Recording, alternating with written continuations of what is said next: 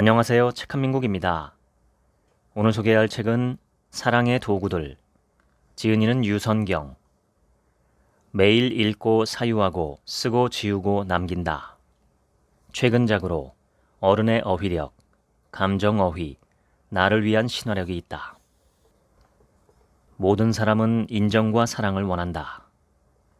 20대 중반 정신과 전문의에게 들었던 그 말 한마디가 출구 없는 미로를 헤매고 있던 내게 표지가 되어주었다. 내 영혼에 선천적으로 뻥 뚫려 있는 사랑이라는 구덩이를 채우고 싶었다. 결론을 말하면 그 구덩이를 채우는 데 성공했다. 살면서 가장 잘한 일이 있다면 그 구덩이를 채우려고 갖은 애를 쓴 것이고 끝내 채웠다는 것이다. 한 번 채운 구덩이는 여전히 건재하다. 이제야 에리히 프롬이 말한 사랑의 문제는 대상의 문제가 아니라 능력의 문제라는 말을 이해한다. 어떤 면에서 인간은 타인을 사랑할수록 자기를 알아가는 존재다. 혼자 혹은 함께 삶의 형태는 저마다 다를지라도 사랑이라는 도구를 지니면 우리가 자기 자신과 타인을 이해하고 스스로 평온해지는데 크게 도움을 받을 수 있다. 무엇이라고 불러도 상관없다. 썸, 만남, 연애, 로맨스, 동거, 결혼. 우리는 합의를 원한다. 타인과의 합의를 통해 낙원에 이루고자 한다. 사랑이라는 목적지에 다다르기 위해서 하는 모든 생각과 행동이 내가 어떤 인간인지 최종적으로 증명한다. 사랑은 오게 할 수도 막을 수도 없는 비 같은 게 아니라 자신의 의지로 한 사람을 사랑하기로 선택하는 것이다. 우리는 살아있고 성장하기 위해 살아있고 성장해야 한다. 많은 이들이 죽어있고 멈춰있는데 죽어있고 멈춰있는 줄 모르다가 죽고 멈춘다. 살아있음과 죽어있음, 성장과 멈춤의 차이는 머리로 학습할 수 없다. 각자 몸으로 체험하지 않고는 도저히 알 수 없다. 본능이란 생물체가 선천적으로 하게 되어 있는 동작이나 운동이다. 아기가 젖을 빤다든지 병아리가 알을 깨고 나오는 행동 등이 이에 해당한다. 사랑은 과연 본능일까? 사랑이 본능이어야 한다면 몹시 아끼고 귀중히 여기는 마음이 아기가 젖을 빠는 것처럼 병아리가 알을 깨고 나오는 것처럼 선천적으로 하게 되어 있는 동작이나 운동이어야 한다. 그러나 선천적으로 행해지기는커녕 어떻게 행해야 하는지조차 알지 못한다. 사랑은 본능이 아니다. 후천적으로 그 동작이나 운동을 습득해야 하며 성숙한 인간이 할 수 있는 선택이자 의지이다. 그래서 라이너 마리아 릴케가 다음과 같은 명구를 남긴 것이다. 사람과 사람이 좋아한다는 것, 그것이야말로 어쩌면 우리에게 부과된 가장 어려운 과제일지도 모릅니다. 가장 궁극적인 과제, 마지막 시련이자 시험이며 그 일에 비하면 다른 모든 일은 준비에 지나지 않는 그런 작업입니다. 모든 것의 초심자인 젊은이들은 아직 사랑을 할 능력이 없습니다. 그들은 사랑을 배워야 합니다. 온몸으로 온 힘을 다해 그리고 그들의 외롭고 불안하고 위를 향하는 고동치는 심장에 집중해 사랑하기를 배워야 합니다. 과거의 나를 비롯해 많은 이들이 사랑에서 만났으니까 저절로 사랑이 행해질 거라는 환상에 젖은 나머지 혼란에 빠진다. 엊그제 처음 만났을 때도 그랬는데 오늘 다시 봤을 때도 동공이 확장되고 가슴이 쿵쾅대고 온몸이 짜릿하고 밤이고 낮이고 멍하니 그 사람만 생각난다. 탄식처럼 내뱉는다. 아, 나는 사랑에 빠졌어. 그러나 아직 사랑이 아니다. 매혹이다. 나는 사랑에 빠졌어가 아니라 나는 매혹당했어이다. 매혹은 사랑이라는 기나긴 여정에서 위대한 그러나 겨우 첫발일 뿐이다. 사랑이 어두컴컴한 가슴속과 머릿속을 횃불처럼 비추어 내가 누구인지 샅샅이 밝힌다. 이에 대해 그렇다면 한 번도 사랑해보지 않은 사람은 자기가 누구인지 모르고 죽을 수 있단 말인가 하고 묻는다면 나는 그렇다라고 답하겠다. 사람은 사랑에 빠지면 사랑을 받고 싶어진다. 확실하게 넘치도록 받고 싶다. 사랑받고 싶은데 어떤 사람이 돼야 사랑을 받을 수 있지? 지금의 나는 그에게 어떻게 보일까? 그런데 나는 어떤 사람일까? 타자와 관계를 맺고 타자의 눈에 내가 어떻게 비칠까를 의식할 때야 비로소 나는 누구인가 라는 질문을 정면으로 마주한다. 나는 나를 발견하고 미지의 나를 개척한다. 현대인의 사랑을 가로막는 장애는 이것이다. 나의 취향, 내가 돈이나 시간을 쓰는 방식, 나의 미래를 위한 기회에 간섭을 받거나 지장을 받거나 포기하고 싶지 않다. 지금까지 구축해온 자기가 부서질지 모른다는 공포심이야말로 연애나 결혼 앞에선 가장 큰 장애물이다. 이는 자기애라기보다 자기 보호에 가깝다. 사랑은 아낌없이 주는 것이 아니라 분별 있게 주는 것이다. 가슴에 손을 얹고 생각해보라. 우리는 분명 사랑에서도 손익관계를 추구한다. 연인이나 부부는 시장에서 구할 수 없는 친밀감을 주고받기로 무언 불문의 계약을 맺은 관계다. 병리적 자기애가 아니고서는 자기애는 정상이며 오히려 필요하다. 세상에는 자기를 사랑해서가 아니라 사랑하지 않아서 일어나는 비극이 훨씬 많다. 집단주의 문화에서는 부모와 학교, 직장, 국가 등이 개인보다 우선해야 한다는 권위가 강력하게 작동한다. 그 권위에 복종하는 것을 의무감으로 뿌리내리게 하려면 자기 같은 건 잡초로 취급해 일찌감치 제초제를 뿌려야 한다. 그런데 혹시 아는지 잡초는 뽑히면서 몰래 씨앗을 땅에 떨어뜨린다. 아무리 잡초를 뽑아도 계속 자라는 이유다. 내가 나로서 자유롭고 싶은 갈망은 현실적으로 이룰 수 있느냐 없느냐와 별개로 인간으로서의 자연스러운 욕망이며 결코 박멸할 수 없다. 내가 나로서 자유롭게 살고 싶은 갈망을 이기적이라고 비난하지 말자. 자기 본인은 자신의 감정이나 이해관계를 기준으로 생각하고 행동한다는 뜻이고, 자기 중심은 자기의 일을 먼저 생각하고 더 중요하게 여긴다는 뜻이다. 다른 사람은 돌보지 않는다는 뜻이 아니라 내가 나를 알고 돌볼 때 다른 사람을 알고 돌볼 수 있다는 의미를 지닌다. 태어나고 자라고 살아가는 곳에서 거대한 기계의 톱니바퀴처럼 서로 맞물려 분주하게 돌아가면 자기 본인은 고사하고 자기를 알 틈도 없다. 자기 본위로 살려 해도 자기가 텅 비었다는 사실을 깨닫는다. 배고파서 열어본 밥통에 밥 한 톨 남아있지 않은 거나 비슷하다. 그래서 이렇게 묻고 싶은 것이다. 도대체 자기란 뭘까? 극단적인 설정이기는 하지만 만약 무인도에 평생 혼자 산다면 과연 자기라는 인식을 가질 수 있을까? 자기는 불가능하다. 진실로 나는 너와의 직접적인 관계를 매개로 해서만 버젓한 나가 된다. 내가 나가 됨에 따라 나는 너를 너라고 부르게 된다. 온갖 참된 삶은 만남이다. 마르틴 부버. 사람은 관계와 갈등을 통해 남을 자각하면서 남과 구별되는 나를 자각하고, 나를 자각했을 때 나와 구별되는 남을 자각한다. 나와 남이 어떻게 다른지 호기심을 가지면서 타인과의 경계를 인지하고 해제하고 무장하고 다시 인지하고 해제하는 과정을 수없이 반복한다. 그렇게 자기를 알아가고 새롭게 만들어간다.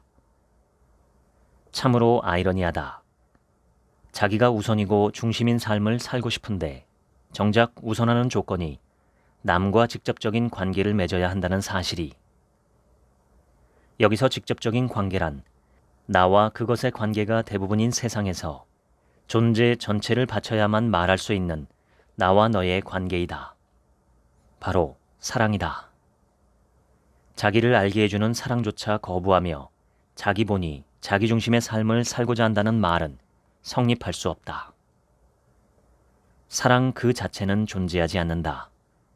항상 누군가에 대한 사랑 또는 무엇인가에 대한 사랑만이 존재한다. 소크라테스. 우리가 사랑에서 낭만이나 헌신을 기대하는 이유는 사랑하는 사람에게만 받을 수 있고 또 줄 수 있어서이다. 낭만이나 헌신에는 노고가 따른다. 수고하고 애쓰는 것을 넘어 힘들여 수고하고 애써야 한다. 이런 노고를 사랑을 시험하는 잣대로 휘두르면 피로를 유발하지만 나는 인정받고 있으며 아름답고 소중한 존재라는 믿음을 가질 수 있게 해준다는 사실만큼은 분명하다. 그러나 낭만이나 열정의 순도가 사랑에 얼마나를 보여준다 할 수 없다. 사랑하면 저절로 낭만적이거나 열정적이거나 헌신적이 된다는 믿음으로 연인의 사랑을 시험하지 말라. 그런 사람도 있지만 아닌 사람도 있다. 사람마다 사랑하는 방식이 다르다. 그래도 친밀감과 다정함만큼은 양보하고 싶지 않다. 친밀하지 않고 다정하지 않은 연인이라니 매일 아침 출근길에 엘리베이터를 같이 타는 이웃 주민이나 뭐가 다를까? 우리는 누군가를 아무리 사랑해도 다 이해할 수 없다. 그저 용납하거나 용인할 수 있을 뿐이다. 사랑을 추상적인 감정이 아니라 공간이라고 상상해보자. 그곳에 가고 싶다면 우선 자신이 이 관계에서 무엇을 바라는지 솔직할 필요가 있다. 상대는 무엇을 바라는지 귀 기울일 필요가 있다. 두 사람의 욕구가 깜짝 놀랄 만큼 다르더라도 얼마든지 조율할 수 있다. 사랑은 조율이 필요한 악기 같다. 전혀 조율하지 않고도 명징한 음을 낼 수 있는 악기는 세상에 없다. 또 오늘 성공적으로 조율했다고 영원하지 않다. 수시로 상태를 보아가며 새로 조율해야 한다. 연애 초창기의 최대 난관은 서로가 상대를 나를 매혹시켰던 그대로의 모습이라는 음에 맞추려 하는 데 있다고 하겠다. 사랑에는 상대에 대한 아무런 정보가 담겨 있지 않다. 사랑한다고 저절로 상대에 대해 알아지지 않는다. 오히려 상대에 대한 정보를 어긋나게 한다. 내가 너를 생각하는 지점에 내가 없고 내가 나를 생각하는 지점에 내가 없다. 내가 나와 저절로 같기를 바라는 갈망은 사랑하기에 생겨난다. 사랑할수록 갈망은 커지고 그럴수록 사소하고 빈번하게 어긋날 것이다. 조각난 어긋남을 이어붙여 한 장의 완성된 조각보처럼 박음직해줄 수 있는 것은 낭만이나 열정의 몫이 아니다. 충실한 일상의 축적으로만 가능하다. 괴테는 인간이 사랑하지 않고서 이해할 수 있는 것은 아무것도 없다고 했지만 나는 조선 후기 문장가 유한준이 남긴 글을 더욱 믿는다. 알면 곧 사랑하게 되고 사랑하면 참으로 보게 된다. 문명은 인간이 필요로 하는 것을 직접 생산하는 것보다 안전하고 편리하며 쾌적하게 누릴 수 있는 방향으로 발전한다. 필요로 하는 것을 만족스러운 수준까지 누리고 싶다면 더 많은 시간과 노동을 투입해서 더 많은 돈과 교환해야 한다. 그 더 많은 돈을 가지고 더 많은 상품이나 서비스와 교환한다. 현대인이 처한 의존적이며 가난한 삶이다. 이런 세상에서 누군가 내가 필요해 라는 신호를 보낸다면 기꺼이 필요가 되어주기 전에 그가 가진 것과 내가 가진 것을 동등한 값어치로 교환할 수 있는지, 나아가 이익이 될 수 있을지 셈한다. 이익이 되지 않는다면 가치가 없다고 판단한다. 이러한 태도는 사상가 마르틴 부보의 주장을 빌리면 나 너가 아니라 나 그것이다. 나와 너가 관계라면 나와 그것은 철이이다. 인간관계의 고충이 대부분 나와 그것에서 발생한다. 한 사람이 다른 사람을 너로 존중하지 않고 세상에 널린 그것이라는 물건이나 상황으로 취급하는 태도는 필연적으로 자기 인간성 상실로 이어진다. 인간이 아니게 되어가고 있다는 소리나 다름없다. 이 세상에는 사랑을 돈과 교환할 수 없다고 믿는 부류와 사랑을 돈과 교환할 수 있다고 여기는 부류가 동시에 살아간다. 우리에게는 자기를 제외한 타인들이 사랑을 가성비나 가심비가 뛰어난 상품이나 서비스 혹은 이득을 안겨줄 투자 상품으로 여길지 모른다는 두려움이 있다. 그래서 사랑을 받으려면 그에 합당한 조건을 갖추어야 한다고 생각한다. 이에 따라 사랑도 일이 된다. 조건을 충족시키고 관계를 유지하기 위해 많은 에너지를 소모한다. 한마디로 피곤하다. 집으로 돌아오는 길에 혹은 잠들기 전에 조금 슬프기도 하다. 그 슬픔의 정체가 무엇인지 엘리자베스 퀴블러 로스와 그의 제자인 데이비드 캐슬러가 함께 쓴 인생 수업을 읽다가 깨달았다. 그것은 우리가 비겁하게 길러졌기 때문입니다. 심하게 들릴지도 모르지만 그것이 사실입니다. 나는 이 비겁하다라는 말을 통해 어린 시절 우리가 어떻게 자신을 팔아서 다른 이들의 사랑을 얻고자 했는지 상징적으로 말하는 것입니다. 상대가 원하는 대로 해주지 못하면 버림받을지 모른다는 불안이라는 외줄에 오르느니 상대의 욕구를 충족시켜 주려는 수고를 감당한다. 착하게 보이고 싶은 비겁한 사랑이다. 상대가 나를 피곤하게 만드는 것이 아니라 자기까지 지어가면서 사랑을 얻으려 하는 욕망이 나를 피곤하게 한다. 사랑이 정확히 나를 위해 올 수 있도록 분명하게 밝혀야 한다. 내가 나의 길을 지우게 하는 모든 요청에 대해 분명하게 아니라고, 동시에 상대도 나를 향해 큰 소리로 분명하게 아니라고 말하는 것에 거리낌 없게 해주어야 한다. 만일 그가 나의 아니라는 답에 돌아선다면 아무리 가슴이 아파도 그 사랑이 나를 위해 온 것이 아니었음을 받아들일 것이다. 원치 않는 그래 라는 답을 하면서 번번이 자신을 입증해 보여야 하는 사랑은 비겁하다. 비겁한 사랑은 피곤하다. 인류의 반쪽론. 인간은 본디 반쪽이며 다른 반쪽을 만나야 온전한 하나가 된다는 이야기는 서양과 동양의 신화에서 공통으로 등장한다. 나는 나를 반쪽이라고 생각하고 싶지 않지만 정체 모를 무엇인가 원초적으로 결핍돼 있음을 느낀다. 기억하지 못하지만 엄마 뱃속에서 지내던 시절이 있었다. 그러다 날벼락처럼 엄마와 분리되더니 더 이상 한 몸이 아니게 되어버렸다. 9달 동안 나와 하나였던 엄마라는 공간이 일순간에 사라져버렸다. 이 공간을 회복하고 다시 연결되고자 하는 원초적인 욕망이 사랑에 대한 갈망일지 모른다. 채워지지 않는 갈망에서 필연적으로 외로움이 생겨난다. 평생토록 찾는 반쪽의 실체가 사실은 엄마를 대체할 수 있는 대상일지 모른다. 인간의 애착 행동은 요람에서 무덤까지 지속된다. 존 볼비. 나는 나의 애인이 나의 완전한 엄마로서 나의 근원적 허기를 알아보고 인정해주고 채워주어 온전하게 만들어주길 바란다.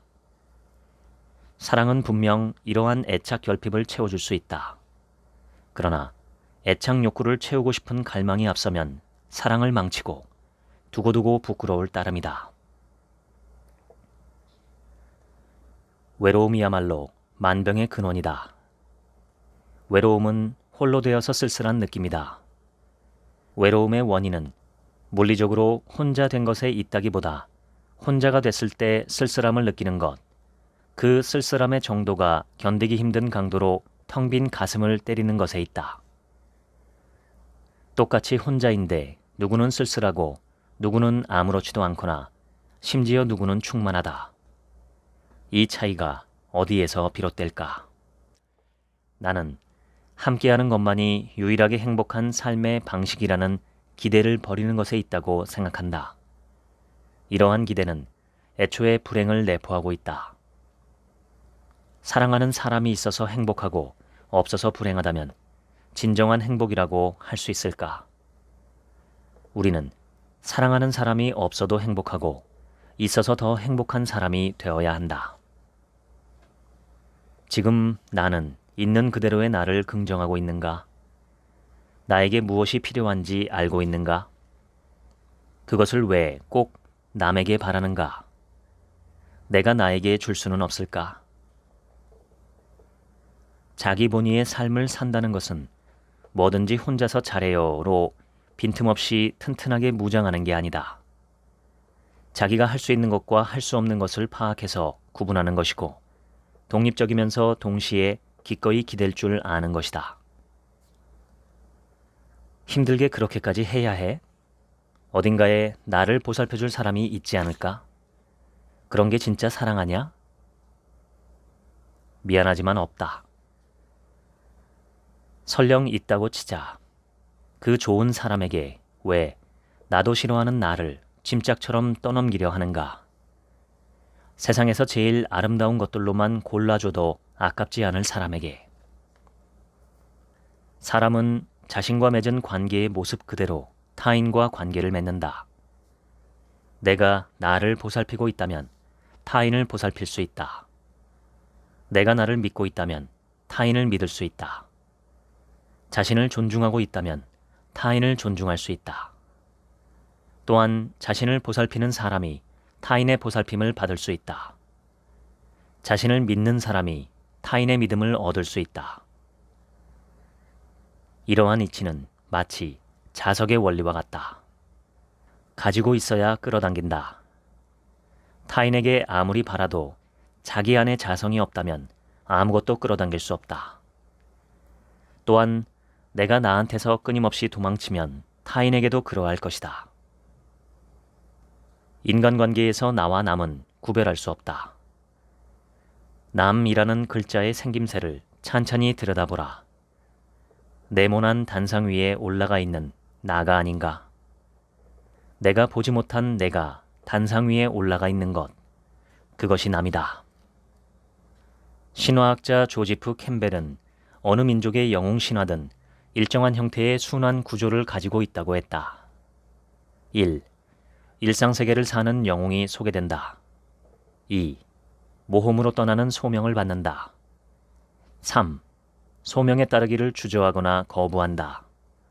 4. 정신적 스승을 만난다. 5. 첫 관문을 무사히 통과해서 특별한 세계에 진입한다. 6. 그곳에서 시험에 들어 협력자와 적대자를 만난다. 7. 동굴 깊숙한 곳에 접근한다. 8. 시련을 겪지만 이겨낸다. 9. 보상을 받는다. 10. 귀환 길에 오른다. 11. 세 번째 관문을 건너며 부활을 경험하고 인격적으로 변모한다. 12. 일상으로 돌아와 모험에서 얻은 보물과 교훈을 널리 나눈다. 조지프 캠벨은 신화 연구를 할 때 정신분석학자 칼 융의 집단 무의식을 참고했다. 집단 무의식과 인간의 무의식, 즉 꿈, 영웅 신화는 연결되어 있다. 관계를 진전하거나 중단하거나 기로에 놓였을 때 우리는 자기도 모르게 내면의 동굴 앞에 선다. 모두 동굴 깊숙이 들어가진 않는다. 그곳엔 용이 자고 있다. 용의 정체는 콤플렉스, 열등감, 약점, 상처 등이다. 당신의 동굴에는 당신의 용이, 그의 동굴에는 그의 용이 잠자고 있다. 당신과 당신의 연인은 막연하게 예감한다. 용을 무찌르지 않고는 언제라도 다시 불안해질 수 있다고.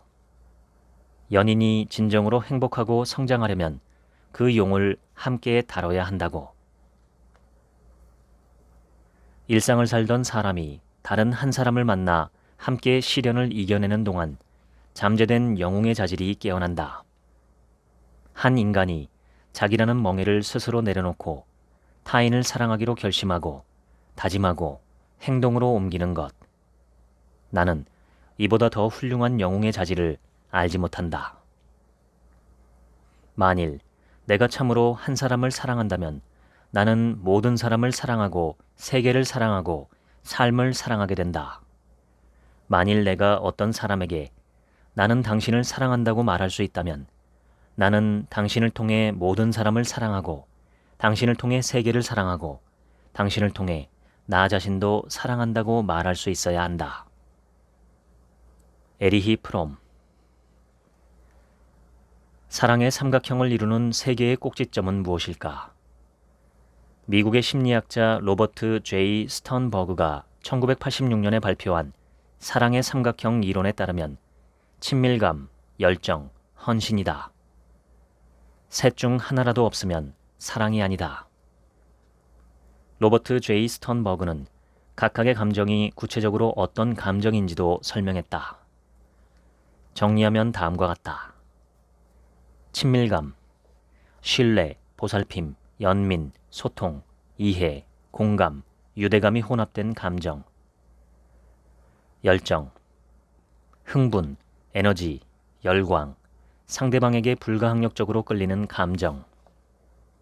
헌신, 무슨 일이 있더라도 관계를 오랫동안, 아마도 영원히 지속하기로 한 결정. 생의 마지막 순간에 이르러 자기가 걸어온 길을 되돌아볼 때 가장 가치 있는 단 하나의 질문은 나는 누구를 얼마나 사랑했는가 하는 것이다. 리처드 바크. 무엇이 우리의 삶을 증명할 것인가?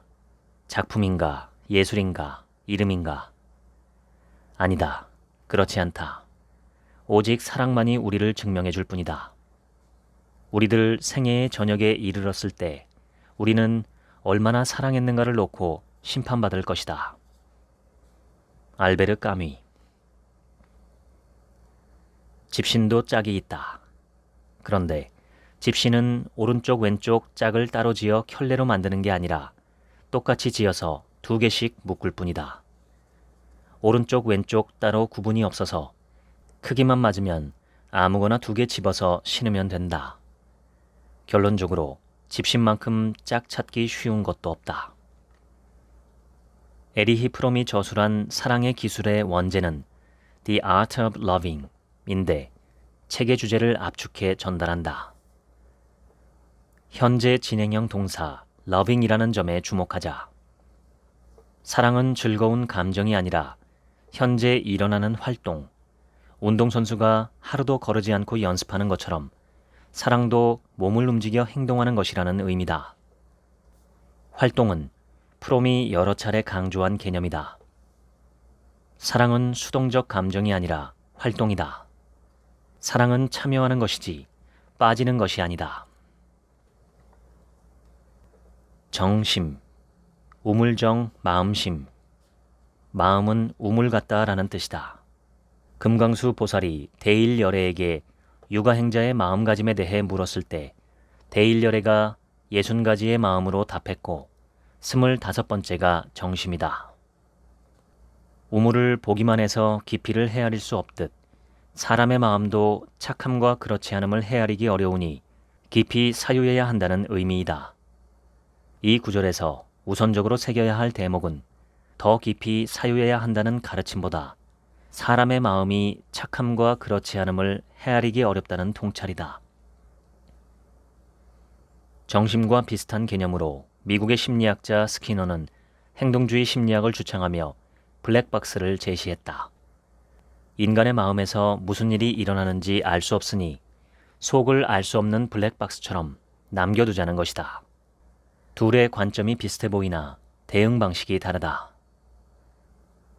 금강수 보살은 그래서 더 깊이 사유해야 한다고 했지만 스키너는 상대의 진실이나 본질을 알아도 몰라도 크게 상관없으며 어떤 환경에서 어떤 행동을 하는지 알아 의사소통을 거쳐 합의하고 합의한 대로 이행하면 충분하다고 한다. 우리에게는 우물의 깊이를 헤아리고 블랙박스의 안을 꿰뚫어 볼 수 있는 능력이 없다. 따라서 보고 들은 것에 근거해 지금 이 순간 옳은 행위를 하면 좋다고 옳지 못한 행위를 하면 나쁘다고 판단하는 수밖에 없다. 그 기준이 무엇인지 선엄적으로 안다. 상대가 나쁜 행위를 할 때 나쁘다라는 명백한 사실에 눈을 감지 말아야 한다. 구체적으로 낭비나 부채 등의 돈 문제, 비뚤어진 이성관, 폭언이나 폭력, 공공질서 무시, 무례, 무지, 불성실, 무책임, 나태 등이 해당한다. 보편적인 기준이나 일반적인 상식에 어긋나는 줄 뻔히 알며 마치 우물의 깊이나 블랙박스 안이 보이기라도 하듯이 그럴 만한 이유가 있겠지.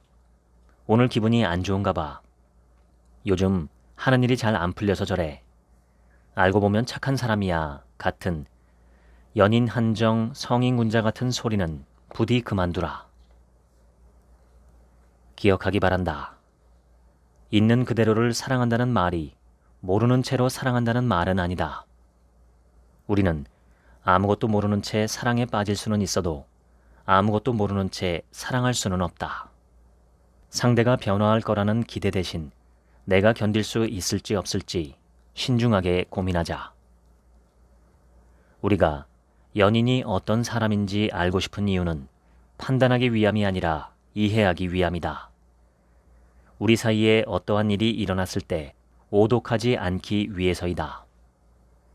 정심과 블랙박스를 떠올리자. 나는 너를 사랑하지만 너의 마음은 우물 같아서, 블랙박스 같아서 그 안에 무엇이 들었는지 또 얼마나 깊은지 알지 못한다고 전제하는 것이다. 이것은 모든 가능성을 열어두고 상대를 바라보려는 노력이기도 하다. 인도의 명상가 오쇼 라저니쉬가 말했다. 누구나 자기만의 내면 세계가 있다. 따라서 그대가 상대를 진정으로 이해하려면 가능한 모든 각도에서 그 사람을 보아야 한다. 사람들을 다른 각도에서 보는 것은 언제나 바람직한 일이다. 사람들은 다양한 측면을 갖고 있기 때문이다. 연인 사이에 쌓이는 불만은 대부분 취향의 차이에서 비롯된다. 취향의 차이쯤이야 사랑으로 쉽게 극복할 수 있을 것 같다고 여긴다면 큰 오산이다. 프랑스 철학자 피에르 부르디웨에 따르면 취향이란 인간이 가진 모든 것의 원리이다. 내가 다른 사람들과 어떻게 다른지 보여주고 다른 사람들도 나를 구분짓는 현실적인 증거이다. 그래서 사람을 만났을 때 본능적으로 의식하고 강렬하게 작용하는 것이 취향의 차이이다. 게다가 음악이나 미술, 문화 등 취향의 차이는 보수적이고 견고해서 웬만해선 바뀌지 않는다. 자기 취향이 옳다고 믿어 상대에게 강요하고 심지어 계급을 구분하는 장벽이 되기도 한다. 이 때문에 부르디웨가 미적 취향은 가공할 만한 폭력성을 가지고 있다고 주장한 것이다. 상대의 취향은 앞으로도 견고할 것이고 나는 계속 그 취향이 못마땅할 테다. 이런 상황을 머리로 이해하려거나 해결책을 찾으려 할 필요가 없다. 있는 그대로 받아들이면 된다. 연인 사이의 많은 갈등이 내가 상대와 같아지길 바라는 게 아니라 상대가 나와 같아지길 바라는 데서 비롯된다. 지나치면 상대를 조종하고 통제하는 진짜 폭력이 될 수 있다. 우리는 타인의 행동을 통제할 수 없을 뿐더러 그 행동에 반응하는 자신의 감정도 통제하기 힘들다. 통제할 수 있는 것은 자신의 행동뿐이다. 나는 이렇고 너는 저렇다. 앞으로도 계속 이 점에서는 다를 거라는 사실을 받아들이자. 취향의 차이가 아니라 가치관의 차이라면 어떨까? 취향이 좋다 싫다의 문제라면 가치관은 맞다 틀리다 혹은 해야 한다 하지 말아야 한다의 문제다. 취향의 의지가 더해지면 가치관이 되기도 한다. 가치관이란 무엇을 가치 있다고 판단하느냐, 무엇을 가장 소중하게 여기느냐다. 대상이나 사물을 보는 관점이자 선택하고 행동하는 원칙으로 작동한다. 가치관이 다르다는 소리는 관점이 다르고 감정을 느끼거나 행동하는 원리가 다르다는 뜻이다. 가치관의 차이는 취향의 차이보다 더 참기 힘들다. 심지어 혐오감을 느낄 수도 있다. 가치관이 다른데 어떻게 친구가 되고 연인이 될 수 있을까? 이런 의문은 가치관에 대한 허상에서 생겨난다. 가치관이 나의 것이라는 허상, 가치관은 바뀌지 않는다는 허상이다. 우리가 가진 가치관이라는 것의 실체는 대부분 스스로 체득하고 깨친 존재의 방식이 아니라 국가나 가정, 학교, 사회, 미디어 등에서 나에게 그렇게 세상에 존재하라고 주입한 결과물이다. 흔히 통념이라고 부른다. 고정관념이 돼서 생각과 판단을 지배한다. 차곡차곡 오랜 세월에 걸쳐 서서히 젖어들었기 때문에 마치 자의로 선택하고 결정한 것 같은 착각을 일으킨다. 가치관도 얼마든지 바뀔 수 있다.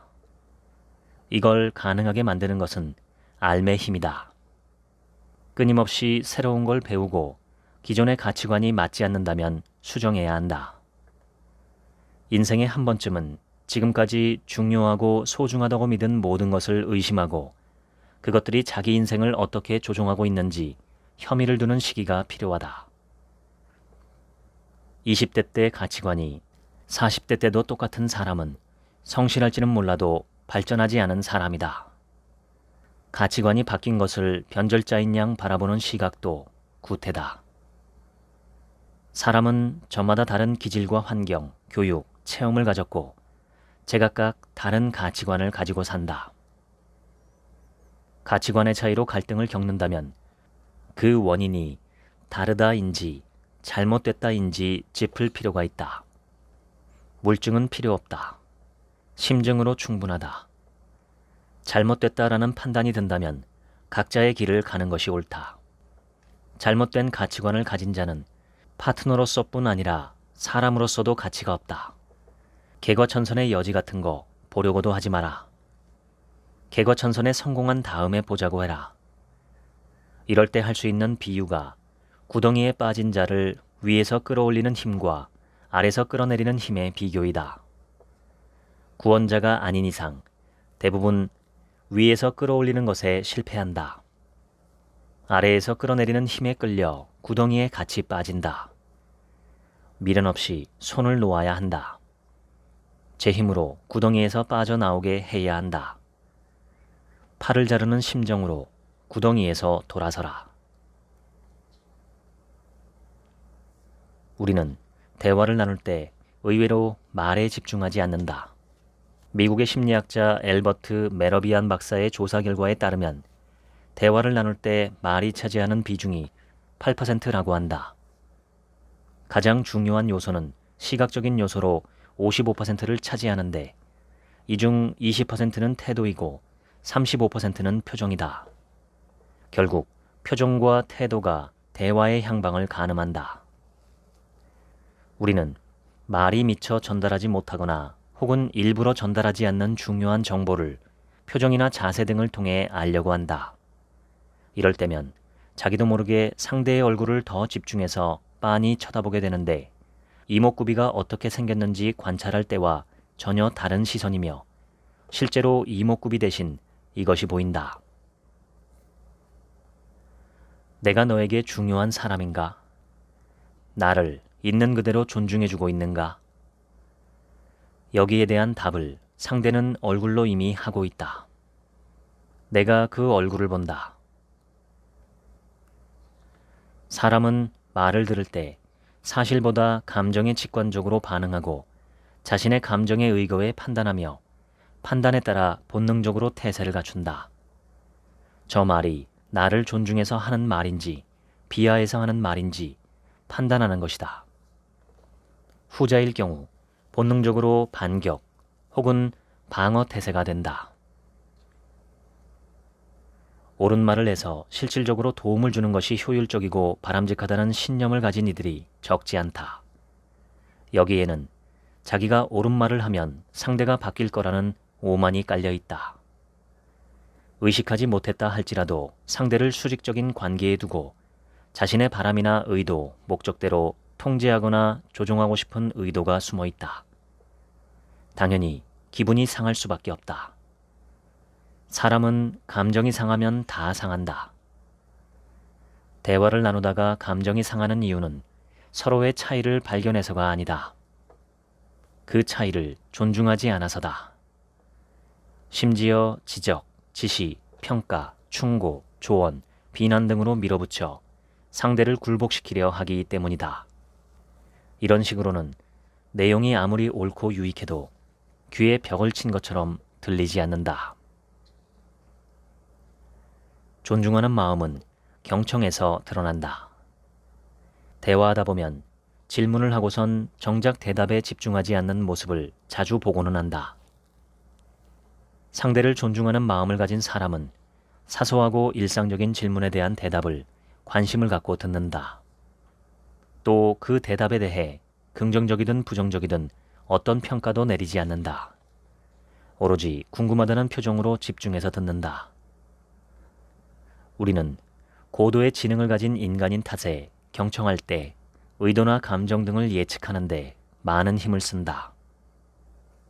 상대의 의도나 감정을 줄잡아 판단하고 평가한 뒤엔 나머지 말이 귀에 잘 들어오지 않고 지루하다. 그래서 경청에 집중하기보다 자기 할 말을 생각한다. 이런 태도는 상대에게 고스란히 읽힌다. 내 말을 제대로 듣지 않고 있군. 그리고 이런 느낌으로 이어진다. 내가 너에게 중요한 사람이 아닌가 봐. 즉, 존중받지 못하고 있다고 생각하고 더 이상 상대를 신뢰할 수 없게 된다. 존중하는 대화란 상대의 말에 무조건 동의하며 맞장구를 치는 게 아니다.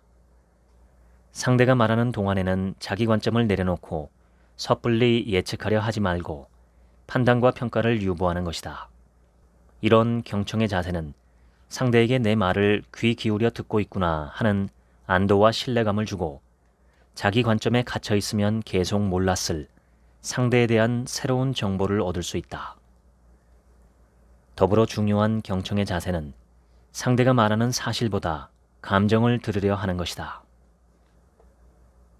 시간과 신뢰를 함께 쌓은 다음에는 충고나 조언이 껄끄럽게 들리지 않고 귀 기울일 수 있다. 진심으로 믿을만하기 때문이다. 사실 동의할 수 없는 말을 도중에 끊지 않고 끝까지 듣는 일은 곰이 웅녀가 되는 만큼이나 인내력이 필요하다. 그래도 내가 관심을 가지고 너의 말을 집중해서 듣고 있다는 신뢰를 줄 수 있어야 동의하기 힘들다는 반응도 존중받을 수 있다.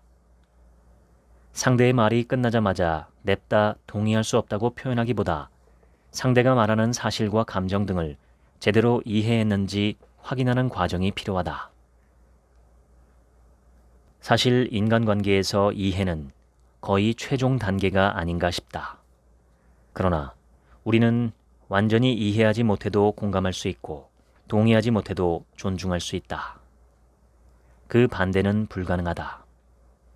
존중하지 않으면서 동의하는 것, 공감하지 못하면서 이해하는 것은 사랑하는 마음이 아니다. 나는 사람들이 대화를 나눌 때 유능한 기술자가 아니라 서투른 시인이 되려 했으면 좋겠다.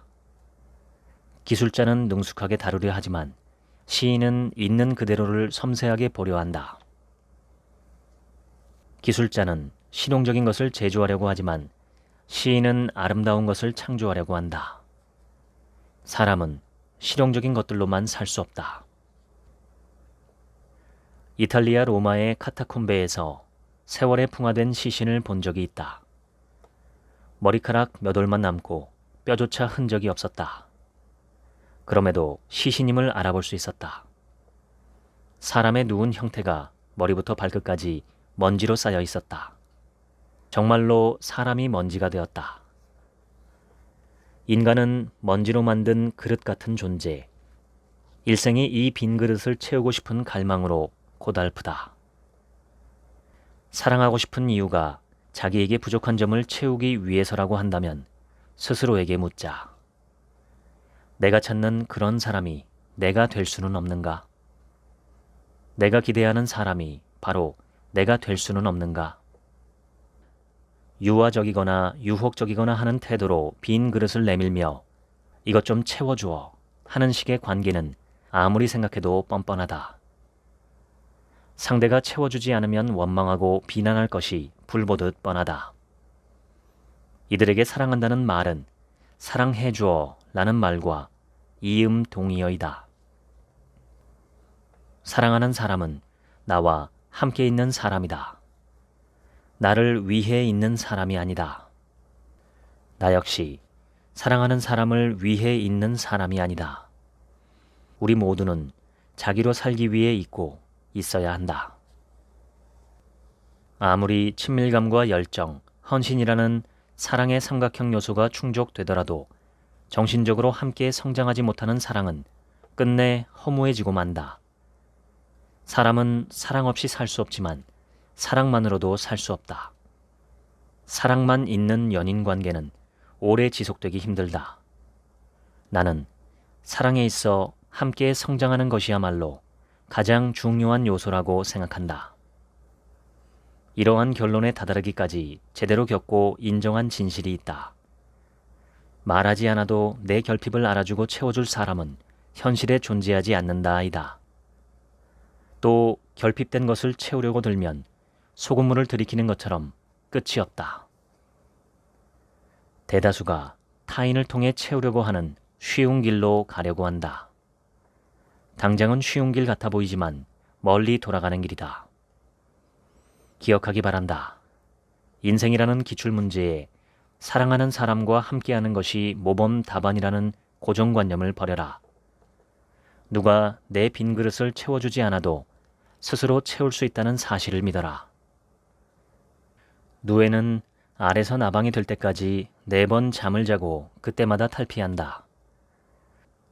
마지막 4번째 잠에 들어갈 때는 이전과 다른 행동을 보인다.